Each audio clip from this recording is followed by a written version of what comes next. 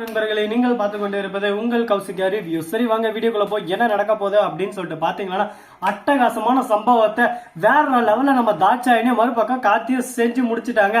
என்னடா இது தாட்சாயினி மறுபக்கம் காத்தி இவங்களால இந்த மாதிரி எல்லாம் விஷயம் செய்ய முடியுமா? செஞ்சு காட்டிட்டாங்களேப்பா, எப்படி எப்படி இது பாசிபிள் அப்படின்னு சொல்லிட்டு எல்லாரும் ஒரு பக்கம் உச்சி மண்டை அப்படியே சும்மா குருன்னு இதாக அளவுக்கு யோசிச்சுன்னு இருக்கீங்க. என்னடா இது இப்படி நடந்து போச்சு அப்படி நடந்து போச்சுன்னு. ஆனா இங்க நடந்ததே வேற விஷயங்க. என்னடா சொல்ற அப்படின்னு சொல்லிட்டு பார்த்தீங்கன்னா இந்த ஒட்டுமொத்த வித்தையும் கத்துக்கிட்டது யார்கிட்ட அப்படின்னு சொல்லிட்டு பாத்தீங்கன்னா நம்ம தாட்சாயணி கிட்ட தானே. அதனால இந்த சொத்துல பங்கு கார்த்தி, இலக்கியா, ஜானகி, கௌதம், அது மட்டும் இல்லாம மறுபக்கம் கௌதமோட அப்பா, இவங்க எல்லார் பேர்ல இந்த சொத்து மொத்தம் பின்னி பெடல் அடிச்சிருக்கு. இது ஒரு செங்கிலி தொடர் மாதிரி இருக்குங்க. இந்த இடத்துல ஒருத்தர் நினைச்சா சொத்தை மொத்தத்தை சுருட்டின்னு போயிடலாம். கையெழுத்து போட்ட உடனே இந்த சொத்து எல்லாமே நமக்கு நமக்கு அப்படின்னு சொல்லிட்டு ஆணவத்திலேயே திமிர்லயும் ஆடலாம் அப்படின்னு சொல்லிட்டு இங்க நடக்காது.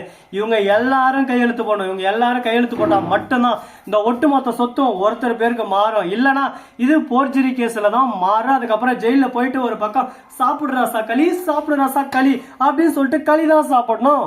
இப்படிதாங்க ஒரு பக்கம் நடந்துகிட்டு இருக்கு. சரி, இந்த மாதிரி எல்லாம் ஒரு பக்கம் போயிட்டு இருந்தாலும் அதே சமயத்துல மறுபக்கம் என்ன நடக்குதுன்னு சொல்லிட்டு பாத்தீங்கன்னா கரெக்டா நம்ம தலைவன் வேற லெவல்ல வா தலைவா வா தலைவா வா தலைவா அப்படின்ற மாதிரி ஒரு பக்கம் மாஸ்க் காட்ட ஆரம்பிச்சிட்டாங்க. யாரா அப்படின்னு சொல்லிட்டு பாத்தீங்கன்னா வேற யாரு நம்ம எஸ்எஸ்கே தான். அவளை பிடிச்சி ஐயோ எனக்கு வலிக்குது, என்னை காப்பாத்துங்க, என்னை காப்பாத்துங்க, என்னை விட்டுறாதீங்க, கடவுளே நீங்க தான் என்னை காப்பாத்தணும் அப்படின்னு சொல்லிட்டு ஒரு பக்கம் அட்டகாசமான ஒரு விஷயத்த அசாதாரியமா முடிச்சுட்டாங்க. இதுக்கப்புறம் எப்படி எஸ்எஸ்கே உங்களை காப்பாற்ற முடியும்? நீங்க தான் நெஞ்சு வழியில் போய் படுத்துட்டீங்களே. உங்க வாழ்க்கையில இதுக்கு மேல கஷ்டன்றது வரவே வராது. உங்களுக்கு எப்பவுமே சந்தோஷம் சந்தோஷம் வாழ்க்கையில் ஏது பயம் அப்படின்ற பாட்டை போட்டு விட்டு வேற மாதிரி ஒரு பக்கம் நீங்க என்ஜாய்மெண்ட்டை பண்ண போறீங்க அப்படின்னு சொல்லிட்டு எல்லாரும் திங்க் பண்ண இருக்காங்க. ஆனா அதுதான் இங்க நடக்க போறதுல. இங்க நடக்கிற விஷயமே வேற விஷயங்க. இங்க போயின்னு இருக்கிற விஷயமே வேற கான்செப்ட். ஆனா இவங்க ஒரு கான்செப்ட்ல போயின்னு இருக்காங்க. நம்ம தலைவர் எஸ்எஸ்கே ஹார்ட் அட்டாக்ல உசுரே போனாலும் மசுராட்ட தூக்கிட்டு போயிட்டு ஜெயில இருந்து தான் வெளியே விடுவோம் அப்படின்னு சொல்லிட்டு நல்லா கிறுக்கி வச்சிருக்காங்க சைன் போட்டு. இதுக்கப்புறம் தப்பிக்க முடியாது ராசா, தப்பிக்க முடியாது. எஸ்எஸ்கே இதுக்கு தான் சொல்றது, எந்த அளவுக்கு நம்ம ஆடுறோம்லோ அந்த அளவுக்கு நமக்கு ஆப்பு மேல ஆப்பு பின்னாடி வந்துகிட்டே இருக்கும். தேவையில்லாம அவன் பேசுறான் இவன் பேசுறான்னு சொல்லிட்டு பேச்சு கேட்டு நாம நம்மளோட சந்தோஷத்தை தொலைக்க முடியுமா ராசா? தொலைக்க முடியுமா? ஆனா நீ தொலைச்சிட்டியப்பா, இதுக்கப்புறம் இந்த சந்தோஷம் திருப்பி கிடைக்குமாப்பா அப்படின்னு சொல்லிட்டு நாம கேட்டா நம்ம எஸ்எஸ்கே இருந்து சைலண்டாவே இருக்காரு. ஒரு பக்கம் பேச்சு முச்சு இல்லாத மாதிரி. நம்ம கௌதம் போய் நேர்ல ஒரு பக்கம் புக்கே ஒரு பக்கம் பழம் ஒரு பக்கம் ஸ்வீட் ஒரு பக்கம் எஸ்எஸ்கே சாப்பிட வந்த ஹார்ட் அட்டாக் வராத மாதிரி நைஸா ஓடிடணும். இப்படிதாங்க ஒரு பக்கம் நடந்துகிட்டு இருக்கு. எந்த பிரச்சனையா நடக்கட்டும், என்ன வேணா நடக்கட்டும், நம்ம எஸ்எஸ்கே ஒரு பக்கம் புக்கே எல்லாம் வாங்கி வச்சுக்கிட்டு அப்ப ஒரு டைலாக் விடுறாரு. டே கௌதமே, நீ ஜெயிச்சுட்ட நான் தோத்துட்டேன்னு நினைச்சிருக்கிறல்ல, எண்ணி இன்னும் 3வது நாள் யாரு தோத்தா யாரு ஜெயிச்சா அப்படின்ற முழு விவரமும் உனக்கு தெரிய வரண்டி. அப்ப நீ உட்காந்து ஐயோ இப்படி நடந்துச்சா, ஐயோ அப்படி நடந்துச்சான்னு சொல்லிட்டு நீ நெஞ்ச புடிச்சு ஹாஸ்பிட்டல் உட்காருவ. உன் மனைவி உன்னை விட்டு போவா, உன் அம்மா உன்னை ஒரே அடியா எடுத்து ஒதுக்குவாங்க. அப்ப தெரியுண்டா உங்க அம்மா யாரு, உன் மனைவி யாரு, நான் யாருன்னு சொல்லிட்டு. சும்மா எல்லாரும் சேர்ந்து சீண்டி நிக்கிறீங்களா என்ன? இலக்கியா, நீ தானே என்ன ஜெயில தானே, இதுக்கெல்லாம் சரியான தண்டனை நீ அனுபவிப்ப. எண்ணி 3 நாள் 3 நாள் அப்படின்னு சொல்லிட்டு சொல்லிருக்காங்க. இந்த கான்ட்ராக்ட் டைமும் எண்ணி 3 நாள் தான். இதுல எதனா சதி வேலை இருக்குமோ அப்படின்னு சொல்லிட்டு யோசிக்க ஆரம்பிக்கிறாங்க. இப்படிதாங்க ஒரு பக்கம் குறும்புக்கு மேல குறும்பு, சேட்டைக்கு மேல சேட்டையா போயின்னு இருக்கு. நம்ம இலக்கியா தீவிரமா யோசிக்க ஆரம்பிச்சிட்டாங்க. இந்த எஸ்எஸ்கே இவ்வளவு தைரியமா சொல்றான்னா கண்டிப்பா இதுல ஏதான ஒரு விஷயம் இருக்கும். விஷயம் இல்லாம எஸ்எஸ்கே என்னைக்கும் பேச மாட்டான். பெருசா ஏதோ ஒரு சம்பவம் செஞ்சிருக்கான் அப்படின்னு சொல்லிட்டு யோசிக்க ஆரம்பிக்கிறாங்க. அப்படி நம்ம என்ன பண்ணோம்? உடனே கௌதம், நீங்க எல்லாத்தையும் சைன் பண்ணீங்களே, படிச்சு பார்த்துட்டு தான் சைன் பண்ணீங்களா இல்ல எதுவும் பார்க்காம சைன் பண்ணீங்களா அப்படின்னு சொல்லிட்டு கேக்குறாங்க. அதை கேட்டதும் என்ன சொல்றது ஏது சொல்றதுன்னு சொல்லிட்டு தெரியாம குழப்பத்துல குழம்பி போயிட்டு ஐயோ நான் எதுவுமே படிக்கல, அவங்க இருந்த டென்ஷன்ல அப்படின்னு சொல்லிட்டு ஃபர்ஸ்ட் போய் அந்த பத்திரத்தை பார்க்கணும்னு சொல்லிட்டு ஆசைப்படுறாங்க.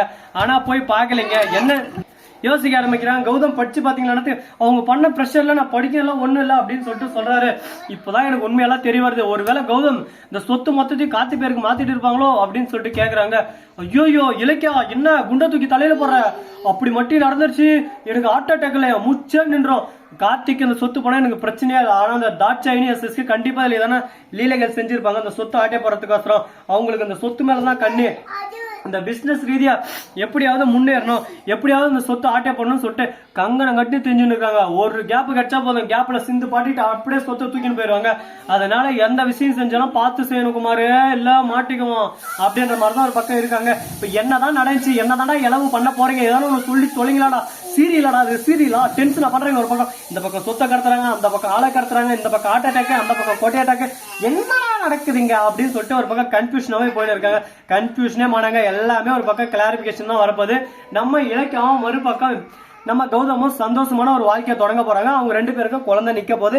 அதே சமயத்துல சொத்து பத்திரம் யார் பேருக்கும் மாறாது, இவங்க பேர்ல தான் இருக்க போகுது. இந்த உண்மையை தெரிஞ்சுக்கிட்ட நம்ம கார்த்தி ஒரு பக்கம் ஓன்னு ஒப்பரை வச்சு அஞ்சலி கிட்ட சொல்ல, அஞ்சலி நீ எல்லாம் ஒரு புருஷனடா, மனம் கட்டணும் வெக்கம் கட்டணும், உன்னை கல்யாணம் பண்ணி அவன் வாழ்க்கை நாசமா போனதான் மிச்சம், சொத்து வரும்னு பார்த்தா ஒரு 10 ரூபாய் காயின் கிடா வரலாம். இதுக்கு நான் போய் ரோட்ல நடுத்தேர்ல உட்காந்துருந்தா கூட எதனா 5-10 பாவம் போட்டு பார்த்துப்போம். உங்க குடும்பத்துல வந்து உட்காந்து 1 ரூபாய்க்கு பிரோஜனம், இதுக்கு மேல உங்க குடும்பத்துல வந்து உட்கார பொழப்பே நமக்கு மானா அப்படின்னு சொல்லிட்டு சொல்லி வேதனையில ஒரு பக்கம் குமரி அழுந்துன்னு இருக்காங்க. என்னதான் நீங்க குமரலா இருந்தாலும் சரி, கமரலா இருந்தாலும் சரி, உங்களுக்கு நடக்கிறது இதுதான் விஷயம், இப்படிதான் நடக்கும் அப்படின்னு சொல்லிட்டு நாம ஒரு பக்கம் அடிச்சு சொல்லிட்டு அதுக்கப்புறம் மறு பேச்சுன்றதுக்கு இடமே இல்லைங்க. அதனால இதுக்கு மேல என்ன பண்ண போறாங்க, ஏது பண்ண போறாங்க, எப்படி இந்த சீரியல 1 by 1 கொண்டு போக போறாங்க அப்படின்ற முழு விவரத்தையும் இந்த வீடியோல நம்ம பார்த்து தெரிஞ்சுக்க போறாங்க. அதுக்கு முன்னாடி உங்களுக்கு இன்னொரு இன்ட்ரெஸ்டிங்கான விஷயம் சொல்ல போறேன். அது என்னன்னு சொல்லிட்டு பாத்தீங்கன்னா, இந்த வீடியோ பிடிச்சிருந்தா லைக் பண்ணுங்க, கமெண்ட் பண்ணுங்க, ஷேர் பண்ணுங்க, டெய்லி மேல தட்டி விட்டு போங்க. அப்பதான் நான் போற அடுத்த வீடியோ உங்களுக்கு உடனுக்குடன் நோட்டிபிகேஷன் வந்து கொண்டே இருக்கும். மிக்க நன்றி, தேங்க்ஸ் ஃபார் வாட்சிங், டாடா, see you, நன்றி, வணக்கம், வந்தனம், வருக, தருக, டாடா, பாய் பாய், வந்தனம், வருக, தருக.